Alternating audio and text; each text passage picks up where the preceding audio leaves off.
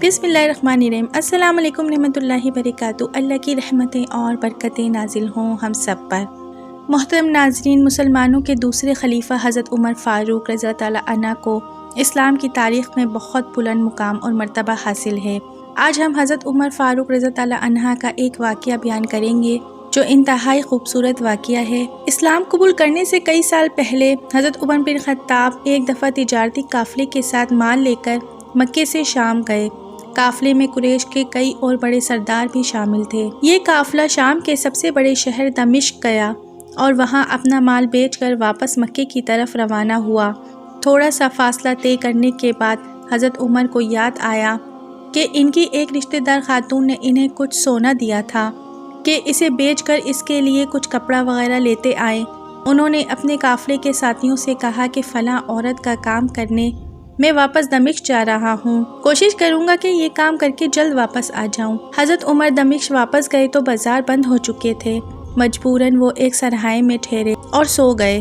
تھوڑی دیر کے بعد اللہ کا ایک بندہ سرائے میں آیا۔ اس نے حضرت عمر کو جگایا اور اپنے ساتھ اپنے گھر لے گیا۔ معلوم نہیں یہ نیک آدمی حضرت عمر کو پہلے سے جانتا تھا۔ حضرت عمر پہلے بھی کئی بار دمشق جا چکے تھے یا ان کے والد خطاب سے ان کی واقفیت تھی۔ اس نے حضرت عمر کی بڑی خاطر مدارت کی۔ کھانا کھا کر تو وہ سو گئے۔ ان کا میزبان رات بھر عبادت کرتا رہا۔ صبح کو حضرت عمر بیدار ہوئے تو ان کے میزبان نے کہا کہ اکیلے بازار نہ جانا، بازار میں لٹیرے اکثر مسافروں کو لوٹ لیا کرتے ہیں، میرے ساتھ چلنا۔ یہ کہہ کر وہ سو گیا۔ کیونکہ رات بھر جاگتا رہا تھا، حضرت عمر نے اسے جگانا مناسب نہیں سمجھا۔ وہ اکیلے بازار چلے گئے۔ ابھی بازار کھلا نہ تھا اور بازار کھلنے کا انتظار کرنے لگے۔ کچھ دیر بعد ایک عیسائی پادری اپنے نوکروں کے ساتھ آیا اور حضرت عمر کی طرف اشارہ کر کے اپنے نوکروں کو حکم دیا، اس شخص کو پکڑ لو، یہ گرجے کا کام بہت اچھی طرح سے کر لے گا۔ اس زمانے میں حضرت عمر بڑے تنومند پہلوان تھے۔ پادری کے نوکروں نے ان کو پکڑ لیا اور ایک پرانے گرجے میں لے گئے۔ ان کو ایک ہتھوڑا دیا، ان کو گرجے کی ایک دیوار توڑنے پر لگا دیا۔ ایسا معلوم ہوتا تھا کہ وہ اس کی جگہ نیا گرجا بنوانا چاہتے ہیں۔ حضرت عمر دن بھر کام کرتے رہے۔ کہیں شام کو ان کو جا کر چھٹی ملی اور وہ تھکے ہارے سرائے میں آ کر بیٹھ گئے۔ پہلے دن والا نیک آدمی آیا اور اس نے پوچھا، آپ کدھر چلے گئے تھے؟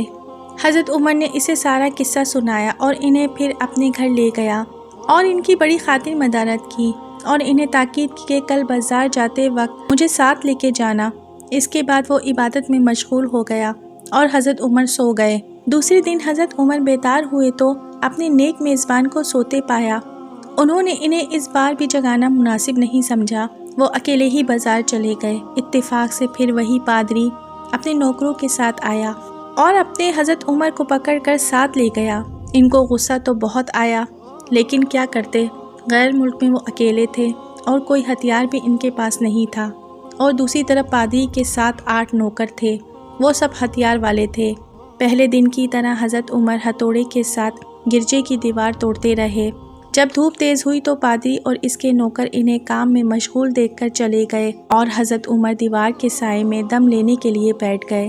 اتنے میں وہ پادری گھوڑے پر سوار چپکے سے آیا اور حضرت عمر کے سر پر کوڑا مارا اور کہا، ہم سب گھر گئے اور تو نے کام چھوڑ دیا۔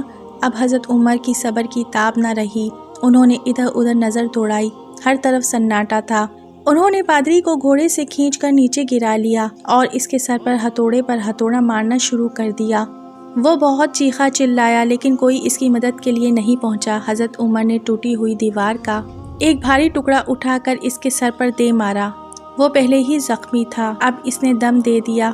اس کو مرتے دیکھ کر حضرت عمر تیزی سے بھاگ کھڑے ہوئے اور جس راستے سے دمشق آئے تھے وہ راستہ چھوڑ کر ایک دوسرے راستے پر چل پڑے۔ شہر سے کافی دور انہیں ایک خچر پر سوار رومی ملا۔ ان کے ساتھ چلنے لگا۔ وہ کچھ باتیں کرنے لگا، لیکن نہ حضرت عمر اس کی زبان سمجھتے تھے اور نہ وہ ان کی زبان سمجھتا تھا۔ اس نے یکایک اپنی تلوار پر ہاتھ ڈالا۔ حضرت عمر سمجھ گئے کہ وہ ان پر وار کرنا چاہتا ہے۔ انہوں نے فوراً اسے خچر سے کھینچ لیا، تلوار چھین کر اس کے ایک ہی وار سے اس کا کام تمام کر دیا۔ پھر اس کے خچر پر سوار ہو کر آگے چلے۔ اس کے بعد کیا ہوا، اس کا حال خود حضرت عمر نے اس طرح بیان کیا ہے۔ اس جگہ سے روانہ ہو کر میں ایک گرجے عیسائیوں کی عبادت کرنے کی جگہ پہنچا۔ یہاں عیسائیوں کی ایک جماعت رہتی تھی۔ وہ گرجے کے اندر داخل ہوا تو گرجے میں رہنے والے سب لوگ میرے ارد گرد جمع ہو گئے اور مجھ سے میرے حالات کے بارے میں پوچھنے لگے۔ پھر وہ اپنے اسقف پادری کے پاس گئے اور اسے میرے گرجے میں آنے کی اطلاع دی۔ اسقف میرے پاس آیا اور مجھے نہایت غور سے دیکھنے کے بعد کہا، ایسا معلوم ہوتا ہے کہ تمہیں کسی چیز کا خوف ہے۔ میں نے کہا، تم نے کیسے اندازہ لگایا کہ مجھے کسی چیز کا خوف ہے؟ اس نے میرے سوال کو ٹال دیا اور کہا، آپ جب تک چاہیں یہاں ٹھہر سکتے ہیں، آپ کو یہاں کسی قسم کا کوئی خطرہ نہیں ہوگا کیونکہ اب آپ ہماری حفاظت میں ہیں۔ پھر اسقف نے مجھے اپنے گھر میں مہمان کی طرح رکھا اور میری نہایت خاطر مدارت کی۔ پھر پوچھا، آپ کون ہیں؟ میں نے اسے بتایا کہ میں مکے کا رہنے والا ہوں، قبیلہ قریش سے تعلق ہے، تجارتی قافلے کے ساتھ شام آیا تھا۔ تجارت کا مال بیچنے کے بعد اپنے ایک ضروری کام کے لیے مجھے اپنے قافلے سے جدا ہو کر واپس دمشق جانا پڑا۔ اب میں اپنے وطن واپس جا رہا ہوں، راستہ بھٹک کر یہاں نکل آیا ہوں۔ اسقف مجھے غور سے دیکھتا رہا اور بار بار طرح طرح کے سوالات کرتا رہا۔ میں نے اس کے یہاں نہایت آرام سے رات بسر کی۔ صبح کو اس نے پوچھا، آپ کا ارادہ ابھی یہاں ٹھہرنے کا ہے یا آگے جانے کا؟ میں نے کہا، میں اب آپ سے رخصت ہونا چاہتا ہوں۔ یہ سن کر اسقف اپنا شاندار گدھا، جو بڑا خوبصورت اور نہایت تیز رفتار تھا، لے آیا۔ اس پر پالان کسی اور خرچیاں لادی اور کھانے پینے کی مزیدار چیزیں اور قیمتی تحفے بھرے ہوئے تھے۔ خرچیاں ان تھیلیوں کو کہتے ہیں جو گدھے کی پیٹھ پر سامان کے لیے باندھ دیتے ہیں۔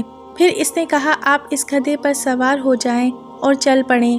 راستے میں آپ کا گزر کسی عیسائی کے مکان کے پاس سے ہوگا تو وہ آپ کو اس گدھے پر سوار دیکھ کر آپ کی بے حد تعظیم کرے گا اور آپ کی خاطر مدارت میں کوئی کسر نہ چھوڑے گا۔ یہ کہہ کر اسقف نے میرا ہاتھ پکڑا اور تنہائی میں لے جا کر کان میں کچھ کہنے لگا، اے عمر، آپ پر میرا حق واجب ہو گیا۔ میں نے کہا، بے شک۔ اس نے کہا، آپ کا تعلق ایک معزز قوم سے ہے، میری آپ سے ایک غرض ہے۔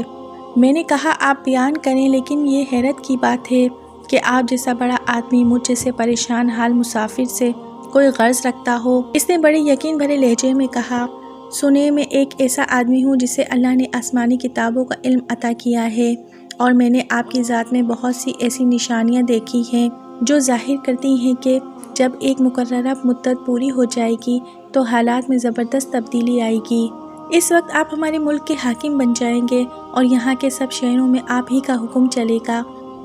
پھر اسقف نے اپنی جیب سے دوات، قلم اور کاغذ نکالے اور کہا، میری غرض یہ ہے کہ آپ اس کاغذ پر لکھ دیں کہ اس گرجے اور اس کی جائیداد پر جزیہ اور کسی قسم کا حکومتی محصول معاف ہوگا۔ میں نے حیران ہو کر اسقف سے کہا، آپ مجھ سے کوئی مذاق کر رہے ہیں؟ اس نے کہا، قسم ہے اس ذات کی جس نے حضرت عیسیٰ علیہ السلام پر انجیل نازل فرمائی، میں جو کچھ بھی کہہ رہا ہوں وہ بالکل سچ ہے۔ آپ مہربانی کریں اور میری درخواست قبول فرمائیں۔ میں نے اسقف کی باتوں کو اس کا وہم سمجھا اور جس طرح اس نے کہا اسی طرح لکھ کر کاغذ اسے دے دیا اور گدھے پر سوار ہو کر چل پڑا۔ راستے میں مجھے کئی جگہ عیسائیوں کی جماعتیں ملی۔ انہوں نے اسقف کے گدھے پر مجھے سوار دیکھ کر میری بڑی خاطر مدارات کی۔ میں اسی طرح جگہ جگہ عیسائیوں کا مہمان بنتا تبوک پہنچ گیا۔ تبوک شام اور عرب کے سرحد کے قریب ایک قصبہ ہے۔ اللہ کی شان، جس تجارتی قافلے کے ساتھ میں گیا تھا وہ کافی دیر میرا انتظار کرنے کے بعد اسی جگہ سے چل پڑا تھا جہاں میں نے اسے چھوڑا تھا، اور اب تبوک میں ایک کنویں کے قریب ڈیرا ڈالے ہوئے تھے۔ قافلے والے میرے ساتھی مجھے دیکھتے ہی میری طرف دوڑے۔ وہ مجھ سے مل کر بہت خوش ہوئے اور کہنے لگے، ابن خطاب، ہم لوگ آپ کا انتظار کرتے کرتے بالکل مایوس ہو گئے تھے، تو ہم نے اس مقام کو کوچ کر دیا جہاں سے آپ دمشق واپس گئے تھے، مگر آپ کے بارے میں ہم سخت پریشان تھے۔ یہ تو بتائیے آپ اتنے دن کہاں رہے؟ میں نے وہ تمام حالات بیان کیے جو مجھے پیش آئے تھے، لیکن اسقف سے جو میری گفتگو ہوئی تھی وہ بالکل ظاہر نہ کی، کیونکہ میں اسقف کی باتوں کو اس کا وہم اور اس کے عقیدے کی کمزوری سمجھتا تھا۔ قریش کے ایک سردار ابو سفیان بھی اس قافلے میں موجود تھے۔ انہوں نے مجھے اس شاندار گدھے پر سوار دیکھ کر کہا، ارے تم لوگ اس نوجوان کی اقبال مندی تو دیکھو، اسے کسی ایسے میدان میں چھوڑ دیا جائے جہاں نہ پانی ہو نہ سبزہ، پھر بھی اسے رزق مل جائے گا۔ اسقف نے رخصت کرتے ہوئے مجھ سے کہا تھا کہ جب میں اپنے ساتھیوں کے پاس پہنچ جاؤں اور گدھے کی ضرورت نہ رہے تو اس کی رسی کو خرچیوں پر رکھ کر اور خرچیوں کو مضبوطی سے باندھ کر گدھے کو اسی جگہ پر چھوڑ دوں۔ میں نے ایسا ہی کیا۔ یہ دیکھ کر ابو سفیان نے کہا، ارے یہ تم نے کیا کر دیا؟ گدھے کو ایسی جگہ پر چھوڑ دیا جہاں سے چور اور درندے اکثر گزرتے رہتے ہیں۔ میں نے کہا، اس کے مالک نے مجھے ایسا ہی کرنے کی ہدایت فرمائی تھی، شاید وہ اس کی عادتوں سے زیادہ واقف ہے۔ اب وہ جگہ گدھے والا کنویں کے نام سے مشہور ہے۔ وہاں سے روانہ ہو کر ہمارا قافلہ مکہ پہنچ گیا۔ میرے اور اسقف کے درمیان جو گفتگو ہوئی تھی وہ مجھے بھلائے نہ بھولتی تھی۔ پہلے تو کئی دن تک میں نے اسے دل میں ہی رکھا، لیکن پھر مجھ سے ضبط نہ ہو سکا اور میں نے یہ راز اپنی اس رشتہ دار کے سامنے ظاہر کر دیا جس نے مجھے سونا دیا تھا۔ وہ بڑی عقل مند خاتون تھی۔ انہوں نے مجھ سے کہا، اے ابن خطاب، میں تمہارے بچپن ہی سے تم میں اچھی نشانیاں دیکھتی آ رہی ہوں۔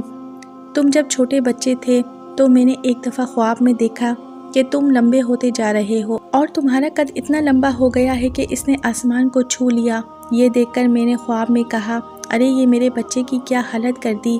کسی نے کہا، یہ لڑکا دنیا اور آخرت میں بھلائی پانے والا ہے۔ جاہلیت کے زمانے میں اس قسم کی باتوں کا مطلب میری سمجھ میں نہیں آتا تھا۔ مکے میں ایک شخص اہل کتاب یہود و نصارہ میں سے تھا جو بہت گمنام تھا۔ عام لوگ تو اس سے واقف بھی نہیں تھے، لیکن قریش کے سردار اسے پہچانتے تھے اور اس کی بہت عزت کرتے تھے۔ ایک دن دوپہر کے وقت اس کے یہاں گیا اور اس کے مکان پر پہنچ کر اسے آواز دی، ذرا دروازہ کھولیے، مجھے آپ سے ضروری کام ہے۔ اس نے دروازہ کھول دیا۔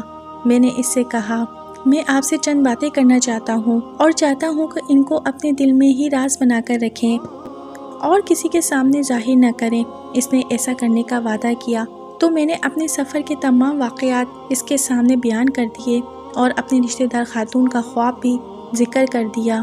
جب میں اپنی گفتگو ختم کر چکا تو اس نے کہا، اے ابن خطاب، جس کو تم نے معافی کا وعدہ لکھ کر دیا وہ اس زمانے میں عیسائیوں کا سب سے بڑا عالم ہے۔ جو کچھ اس نے کہا وہ سب کچھ سچ ہے اور جلد ہی وہ تمہارے سامنے آ جائے گا۔ جہاں تک تمہاری رشتہ دار خاتون کے خواب کا تعلق ہے تو اس سے ظاہر ہوتا ہے کہ مکے میں ایک بہت بڑا انقلاب آئے گا، زمانہ ایک نئی صورت اختیار کرے گا اور آنے والے زمانے کے آسمان و زمین بدل جائیں گے۔ میں وہاں سے گھر چلا آیا اور اس کی ساری باتیں اپنے دل میں لیے رہا۔ تھوڑے ہی عرصے بعد قریش کی مجلسوں میں حضور اکرم صلی اللہ علیہ وسلم کا ذکر ہونے لگا۔ یہ لوگ اس بات پہ ناک منہ چڑھاتے تھے کہ محمد صلی اللہ علیہ وسلم اپنے آپ کو اللہ کا رسول کہتے ہیں، لوگوں کو بتوں کی پوجا سے منع کرتے ہیں اور ایک اللہ کو ماننے پر زور دیتے ہیں۔ جلد ہی اللہ تعالیٰ نے اسلام کو ظاہر کر دیا اور مجھے یقین ہو گیا کہ واقعی حالات وہی صورت اختیار کر رہے ہیں جن کی طرف آسمانی کتابوں کے عالم شام کے اسقف نے اشارہ فرمایا تھا۔ یہاں حضرت عمر کا بیان ختم ہو جاتا ہے۔ نبوت کے چھٹے سال حضرت عمر فاروق رضی اللہ تعالیٰ عنہ نے اسلام قبول کیا اور رسول اکرم صلی اللہ علیہ وسلم کے جانثار ساتھی بن گئے۔ 11 ہجری میں رسول اکرم صلی اللہ علیہ وسلم نے اس دنیا سے پردہ فرمایا تو حضرت ابو بکر مسلمانوں کے پہلے خلیفہ بنے۔ 31 ہجری میں انہوں نے وفات پائی تو حضرت عمر خلیفہ بنے۔ راوی کا بیان ہے کہ حضرت عمر فاروق رضی اللہ عنہ اپنی خلافت کے زمانے میں شام تشریف لے گئے تھے تو ایک بہت بوڑھا آدمی جس کے بال برف کی طرح سفید ہو چکے تھے عیسائیوں کی ایک جماعت کے ساتھ ان کی خدمت میں حاضر ہوا اور عرض کیا، اے امیر المومنین، کیا آپ مجھے جانتے نہیں؟ حضرت عمر نے فرمایا، اگر آپ شام کے فنا گرجے والے اسقف ہیں تو میں آپ کو پہچانتا ہوں۔ اس نے کہا، جی ہاں، میں وہی اسقف ہوں۔ حضرت عمر فاروق رضی اللہ تعالیٰ عنہ نے فرمایا، میں نے آپ سے لکھ کر جو عہد کیا تھا وہ ابھی تک قائم ہے۔ اللہ تعالیٰ نے اپنے رسول محمد صلی اللہ علیہ وسلم کے ذریعے ہمیں عزت بخشی۔ انہوں نے ہمیں اللہ تعالیٰ کے پسندیدہ دین اسلام کی طرف دعوت دی، ہم نے یہ قبول کی۔ آپ ہی نے مجھے ان باتوں سے آگاہ کیا تھا۔ اب آپ کو کون سی چیز ہے جو اسلام قبول کرنے سے روکتی ہے؟ بوڑھے اسقف نے حضرت عمر رضی اللہ عنہ کی باتیں سن کر اسی وقت اپنے ساتھیوں سمیت کلمہ پڑھ کر اسلام کی دولت حاصل کر لی۔ محترم ناظرین، امید کرتی ہوں کہ میری آج کی ویڈیو آپ کو ضرور پسند آئی ہوگی۔ اگر میری ویڈیو اچھی لگی ہے تو جلدی سے میرے چینل کو سبسکرائب، لائک اور شیئر کر دیجئے۔ اپنا بہت سا خیال رکھیے۔ زندگی رہی تو پھر ملیں گے معلوماتی ویڈیو کے ساتھ۔ اللہ حافظ۔